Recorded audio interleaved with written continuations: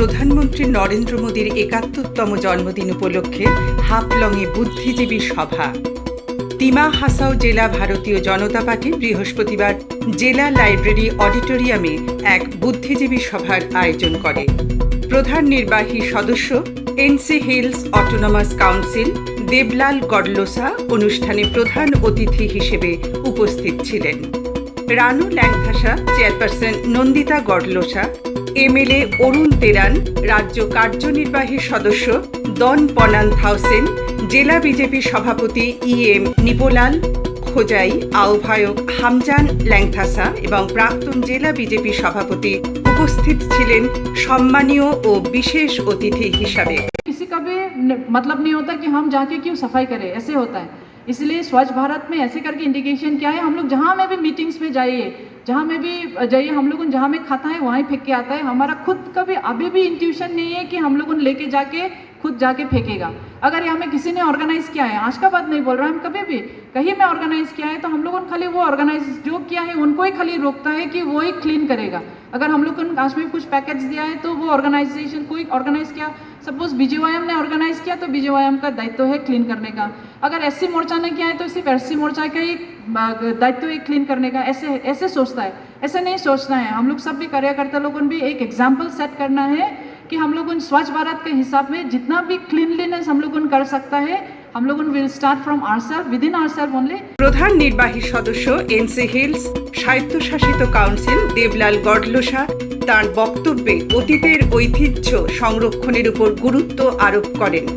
কেবল বাইরে নয়, ভিতরের আত্মাকেও পরিষ্কার পরিচ্ছন্ন রাখার উপর তিনি জোর দেন। দেবলাল গডলোসা গণমাধ্যমকে বলেন, মোদিজির মতো একজন প্রধানমন্ত্রী দরকার ছিল ২০ বছর আগে।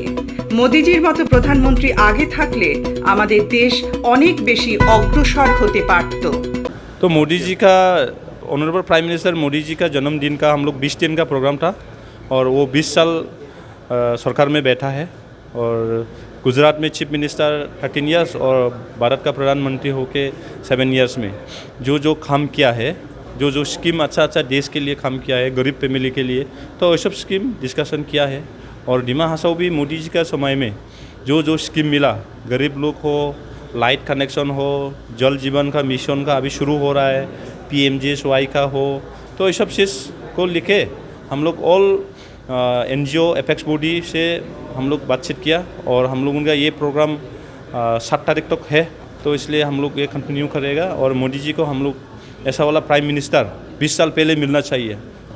पावर कनेक्शन होता है, पावर कनेक्शन होने में पावर निकालता है, करेंट निकालता है, लेकिन लाइट जलाने के लिए नहीं मिलता रहा। फिर उमरांगशो में 275 मेगावाट करेंट निकलता रहा।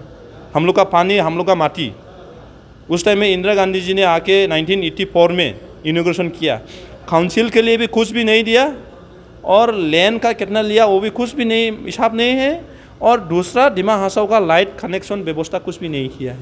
अभी मोदी जी आके देखिए, लुंकू प्रोजेक्ट में एपीसीएल में डिमा हासाओ का जितना अनएम्प्लॉय वहाँ पे नौकरी निकलेगा, वहाँ में 80% मिलेगा और रेवेन्यू भी 5% जितना प्रॉफिट है उससे हम लोग का काउंसिल मिलेगा। ऐसा वाला प्राइम मिनिस्टर हम लोग को चाहिए। इसलिए हम बोला 20 साल 30 साल पहले मोदी जी होने से नेपको का रेवेन्यू भी मिलता रहा, जॉब भी मिलता रहा, करेंट भी पूरा जलता रहा। तो ऐसा मापी को हम लोग प्राइम मिनिस्टर चाहिए था मोदी जी को। इसलिए भगवान को हम प्रार्थना करते हैं कि मोदी जी आने वाला दिन में भी फिर सा प्राइम मिनिस्टर बनेगा। और ज़रूर हम लोग भी यहाँ से MP हम लोगों का एक ही है, उसमें हम लोग जिता के भी भेजा। नॉर्थ ईस्ट में सबसे हाईएस्ट मार्जिन MLA कॉन्स्टिट्यूंसी में हम लोग दिया है डिमा हासाओ से। तो उसके लिए हम लोगों का देश में दिल्ली में डिमा हासाओ में पूरा स्कीम जो हम लोग प्रपोजल देता मिलते ही है।